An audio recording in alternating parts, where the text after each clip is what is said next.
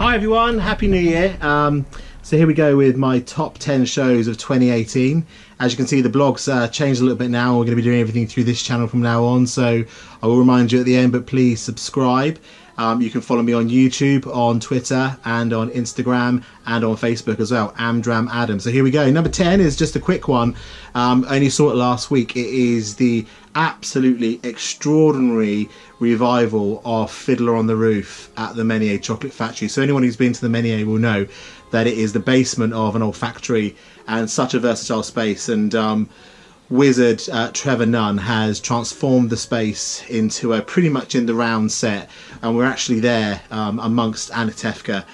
It's a fabulous, anyone who knows the piece, it's true to the piece. It is breathtaking in its choreography. I mean, literally, I thought my head was going to come off where someone backflipped literally 30 inches from my face. Andy Nyman's performance is also different. It's definitely Tevye as you're not used to, and Judy Kuhn from Broadway is beautiful. It is on till March, so give it a try. I think tickets are in very short supply. We snuck in at the very last minute, so keep checking on the website.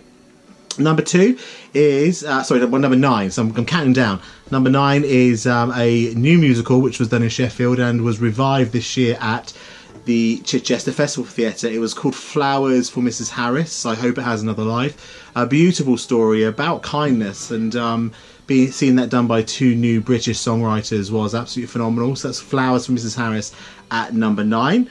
At number 8, I'm afraid another revival, been revival heavy over here in the UK this year, and it was the open air outdoor theatre production in Regent's Park of Little Shop of Horrors. Now, I confess Little Shop of Horrors has always never really been one of my favourite shows until now. This was an extraordinary production, putting into everything we know about B-movies, so a beautiful black and white tinged with green neon set, and of course set against that backdrop of trees was absolutely wonderful. Fabulous performance in there as well, actually, by Matt Willis of Busted fame, but I cannot talk about that show without talking about the wonderful Vicky Vox, which is a drag queen from the States who actually plays Audrey too. First time I've ever seen the play done where the plant is a human, and was amongst the audience. Absolutely brilliant. So that was Little Shop of Horrors, hoping that gets a transfer. Number 7 is, I'm afraid, another revival of a show that you'll all know and love, and this is The King and I. So this is the Lincoln Centre production, which came over to the London Palladium this week, and this year, and was probably the best production of The King and I I've ever seen. I don't think I ever need to see it again. It was lavish in its sets, a huge 30-odd piece orchestra, the wonderful Kelly O'Hara, who people will know for her Tony-winning turns in the US. We're so lucky to have had her for 16 weeks in the summer over here. And also Ruthie Ann Miles, who has recovered from a very, very awful scenario. So seeing her back on stage as Lady Thiang was absolutely wonderful. So that was The King and I. Watch out for that production. That production is on in cinemas at the moment, and also going on tour next year, I believe. Southampton, so local Southampton people to me, is coming to the Mayflower, so keep an eye on that one there. Number 6, yes, you've guessed it, yet another revival, and here we go. It is, can you see that? Follies. So there was a revival of Follies at the National Theatre this year, with Imelda Staunton and Janie D in obviously the 2 lead roles.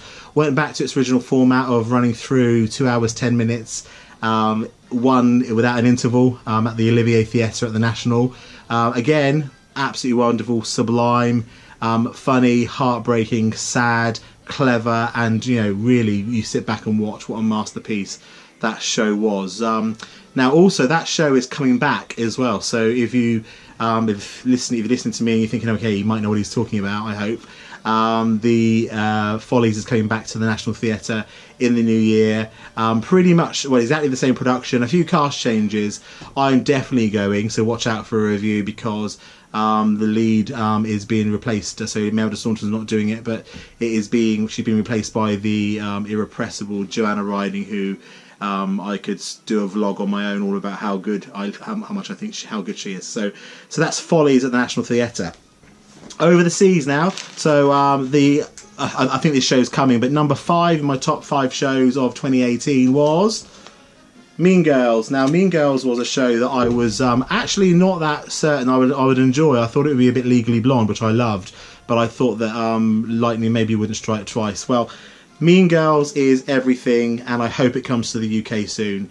It was funny, it was fetch. If you've seen the show, you know what that word means. An example of what a modern musical comedy can look like now in 2018.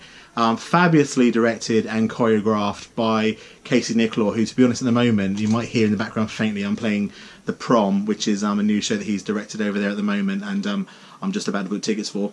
So it's like the film, funny, beautiful, and so accessible. So we went on a matinee, and it was full, and it was actually the top tier was actually full of a school who were certainly vocal. But Mean Girls, fantastic score. You can get the score at the moment. Hopefully it comes to the UK, but if you're in the US and you're in New York, see Mean Girls.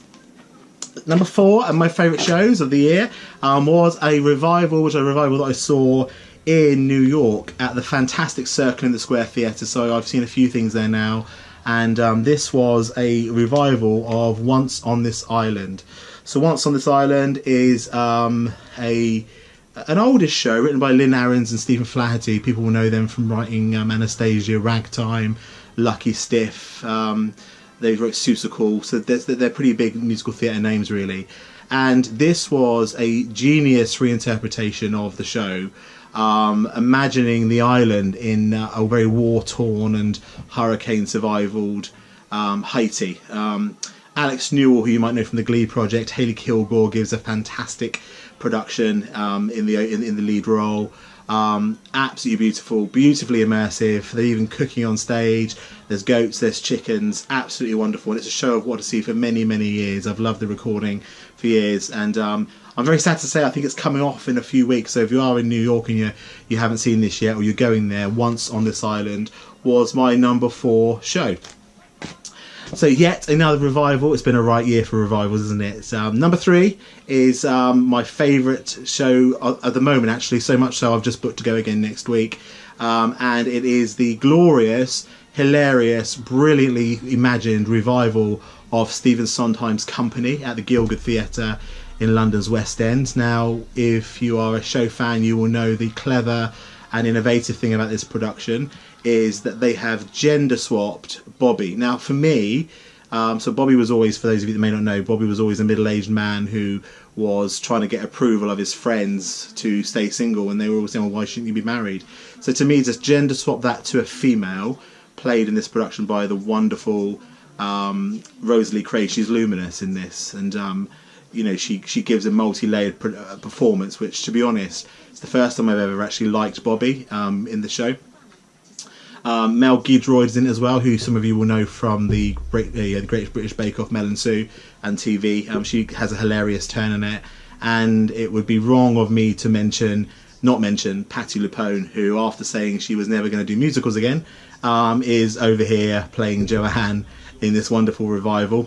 It's really clever, it's really funny, because of course with the gender swap it also means all the female songs usually sung by females in the original company are now sung by males. So you've got people like Richard Fleischman, Jonathan Bailey, who absolutely stops the show with their numbers. So Driving Person Crazy, if you know that number, is now kind of Andrew Sisters' duet with three guys. So that's Stephen Sondheim's Company. Now that show has been extended for 3 more months, so there is a chance to get to see that show. The reason I'm going again next week is the wonderful Today Tickets have just put on a deal with tickets for £15, so I ended up getting some fantastic dress circle seats worth 80 quid to 15 quid, so it's definitely worth going. I probably would go on again anyway, but if you can get them for £15, check it out. That's the app, Today Ticks. So nearly there. Number 2 is my only play on the list, and it was actually my favourite show, or should I say shows of the year. The reason for that is because it is the fantastic 2-parter called The Inheritance. Now, for me to have a play, I'm a musicals guy really, in my top 10, it needs to be good, and this is probably the best play I've ever seen.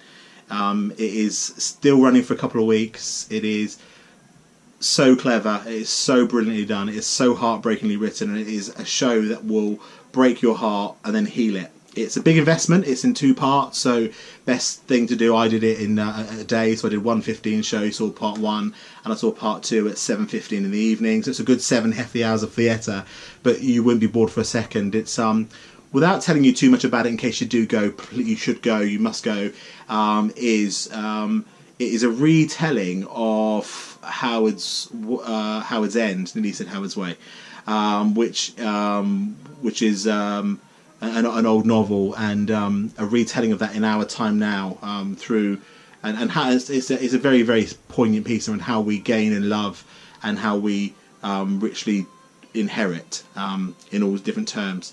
So that's The Inheritance. It's at the Noel Coward Theatre for another couple of weeks. I strongly recommend going.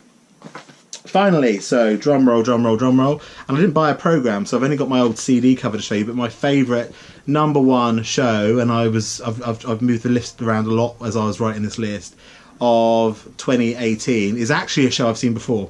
And it's a show in New York, but it's a show that they transferred over to the Young Vic Theatre for this summer. And I'm really hoping it gets a transfer, because more people need to see this show.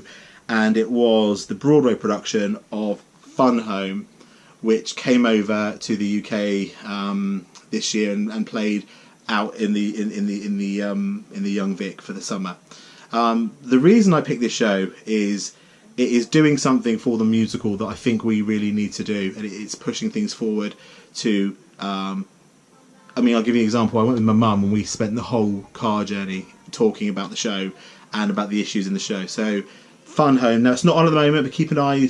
There's rumours for transfers. They talk about it all the time. So yeah, that's Fun Home at the Young Vic, my #1 show of 2018. So lots coming up on this channel soon. Before the curtain comes down today, please can you subscribe to the link. Also to the right of me, you'll see a link to Instagram, Twitter and Facebook. So please like me there. What's coming up soon? There's actually What Shows Should I See in 2019? That's coming up soon this year. So very, very soon in the new year, I'll be telling you what shows are my top picks for 2019 and what you should get booking for. Also, going to see Company again on Thursday, so I'll be coming here telling you about that.